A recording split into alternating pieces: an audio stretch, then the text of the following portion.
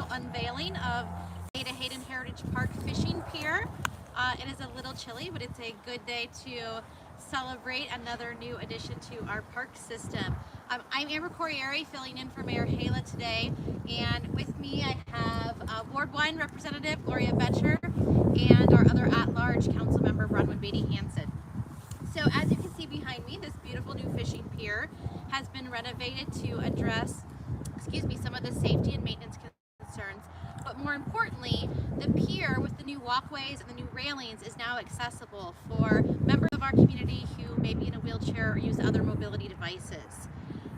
Overall, the Ada Hayden Fishing Pier improves the recreational opportunities that we can offer here for all of our users and encourages everyone to experience being near the water, whether they're actually here to fish or just want to enjoy the view. Ames continues its commitment to green space and recreation as important components in residential development, but also maintaining and improving our existing facilities. I'd now like to introduce Sarah Katie, who is chair of our Parks and Recreation Commission.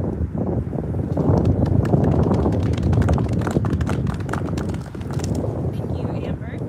My name is Sarah Katie. I'm the chair of the Ames Parks and Recreation Commission. With me as well from the commission today are Dwayne Reeves and Nathan Shimonik.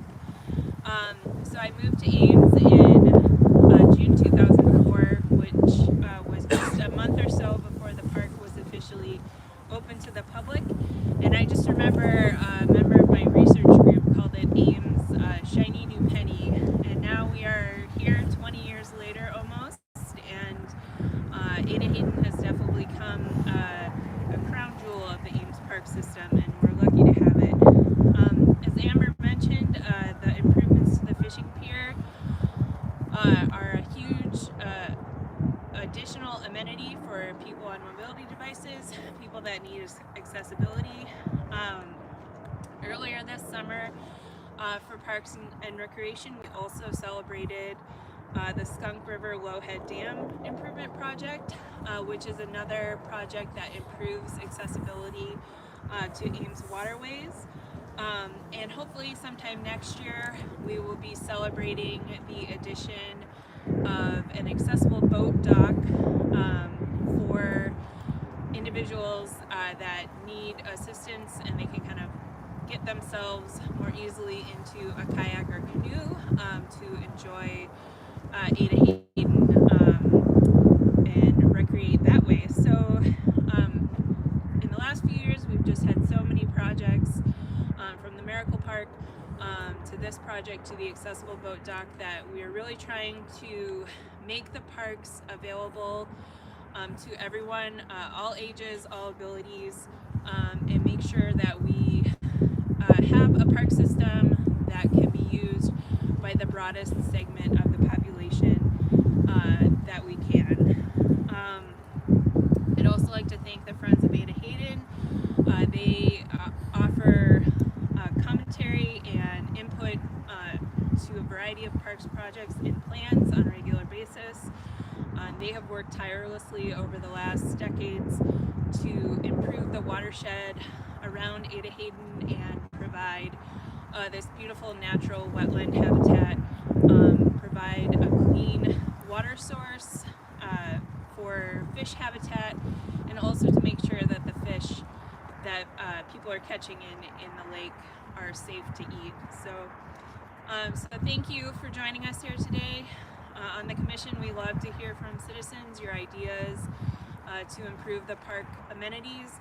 And we also love to see people who are passionate about the city get more involved, either through boards and commissions or through parks friends groups that offer input on projects. So I would encourage anyone who's passionate about the Ames Park system to get involved. Thank you.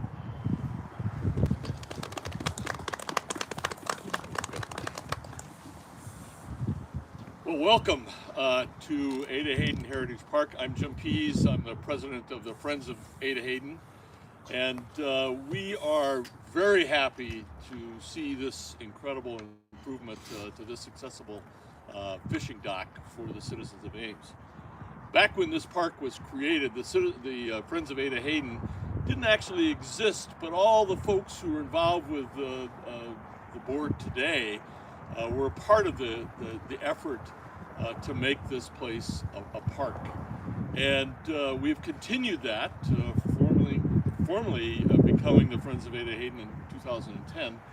And we have been working very closely with the city, with the Parks Department, Parks and Recreation Department, and the City Council to make sure that this is the gem of a wild park here, of all of our wonderful parks here in the city of Ames. This particular park we've been able to contribute in a number of ways, including the wayfinding signage, the interpretive signages here, the faces in the rocks, the faces in the stones that are scattered throughout the park. We provide lots of services. We just this past September, with the blessing of City Council and the Parks Commission, provided a golf cart tour for people who are physically challenged, unable to get around the park. So we were able to take them around in golf carts and interpret the park for them. They absolutely love that opportunity. It's the kinds of interpretive information that the Friends try to bring to it. We also try to be the voice of the park. Some of the City Council members here may think I've been a thorn in their side to bring various trying to represent the park and the best interests of the park. But we believe as citizens of Ames, just as the citizens created this park, we need to continue to be involved, and we appreciate the city's opportunity to do that. And I want to thank Keith and Joshua and the Parks and Recreation Department for continuing to work with us. We try to not be the thorn, but to be the assistants to do some things that the city couldn't do otherwise. We're happy also to participate in the accessible canoe and kayak launching dock, which will be here hopefully next spring. And while we didn't participate in this, we supported it, and we're very happy to see that the city has stepped forward to make sure that this dock is safe and accessible for all. So thank you for coming today, and I think I'm going to introduce Keith Abraham, who's the Parks and Recreation Director. Keith?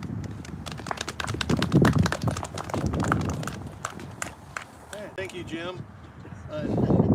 Some of the things that I was going to talk about, I think, have already been mentioned. So I'm going to start off with just a lot of thank yous, and a lot of what Sarah mentioned.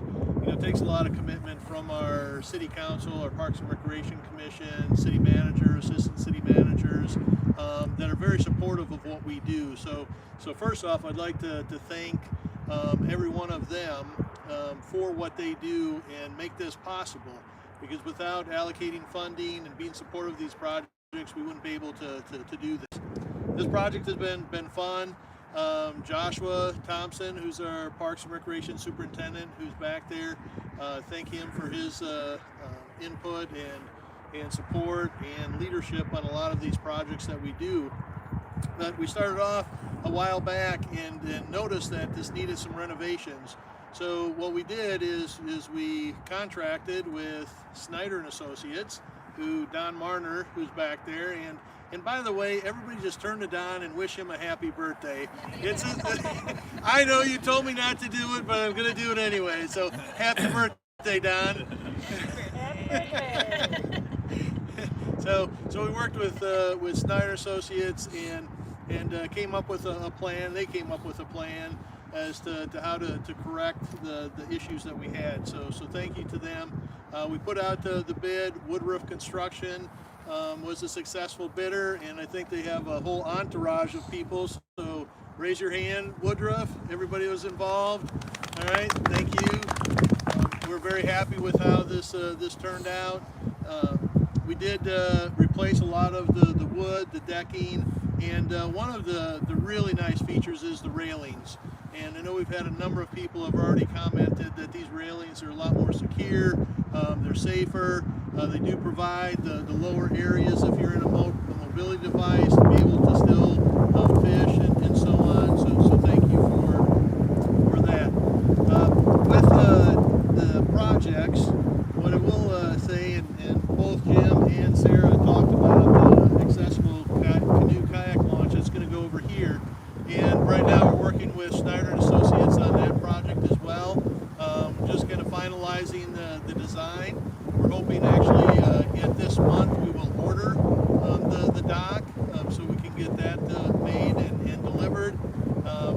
hopefully yet this fall we'll be able to do the concrete work.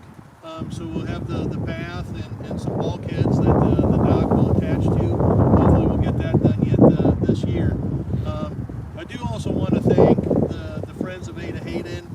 Jim talked about a number of things, but with this park and the size of the park and the diversity of the park, there's a lot of expertise on that Friends group and a lot of their board members.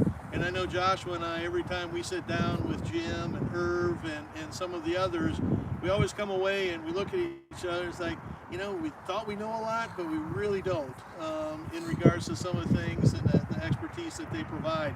So we really look to them for a lot of what we do within the park.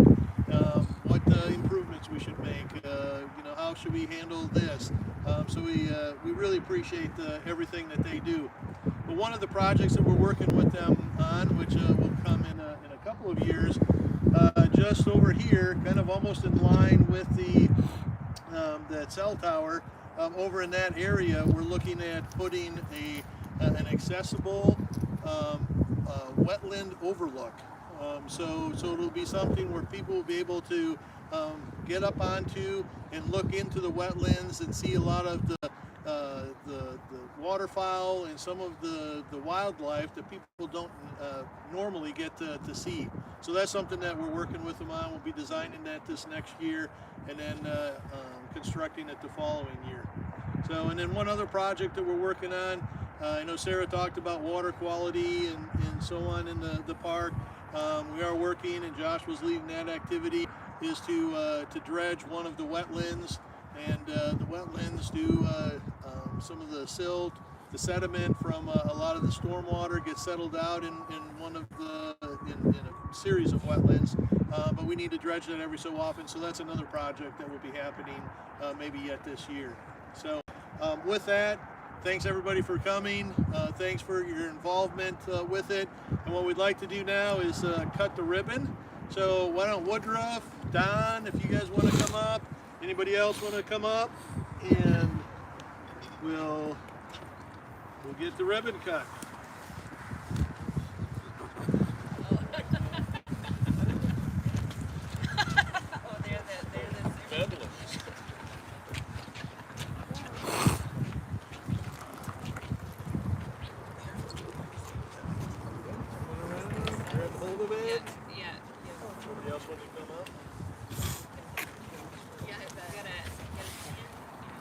Like you're in the choir.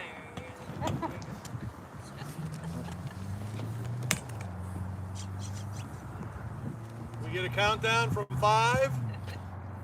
We're gonna start it. 5, 4, 3, 2,